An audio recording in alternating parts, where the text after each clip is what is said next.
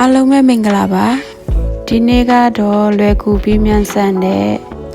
ကောက်ညင်းမုံနဲ့အလွယ်နီးခေါ်ပုတ်လေးလှုပ်ရှားမှာဖြစ်ပါတယ်ကောက်ညင်းမုံကိုရေလေးနည်းနည်းစီထည့်ပြီးတော့နေပေးရမှာပေါ့နော်နေနေတဲ့ချိန်တုန်းကကျမဗီဒီယိုရိုက်ဖို့မေ့သွားတယ်ရှင်မရိုက်လိုက်ရဘူး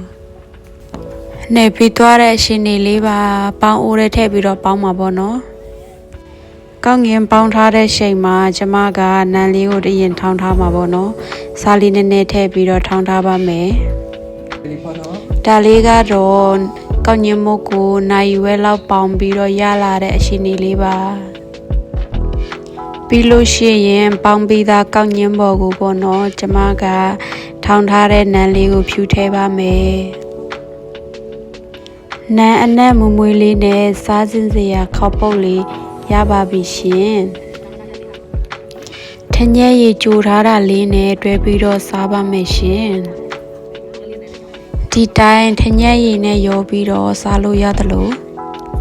ထညက်ရီမရောဘဲနဲ့ဒီတိုင်းသက်သက်စီတို့စားလို့လည်းရပါတယ်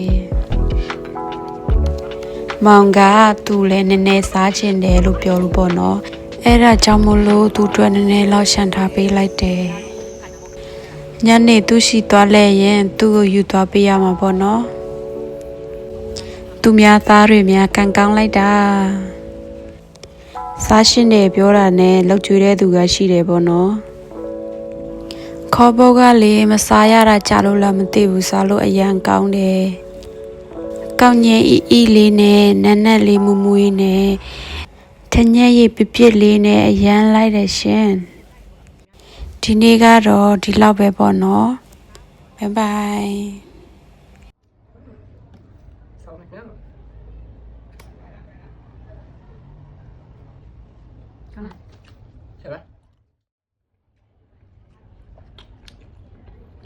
လောင်းထည့်ပြီးလို့ထည့်ပြီးစားလို့လည်းရတယ်။你对吗？这边也没啥啥过。我这里စားပြီးပါပြောထားတယ်လေပြောတယ်မခေါ်ပေါ့စားနေဆိုမလကောက်စားပြီးလားကျဲအဲ့ဒါနဲ့ခေါ်ပေါ့နေပြတာကိုကျဲ这个不对。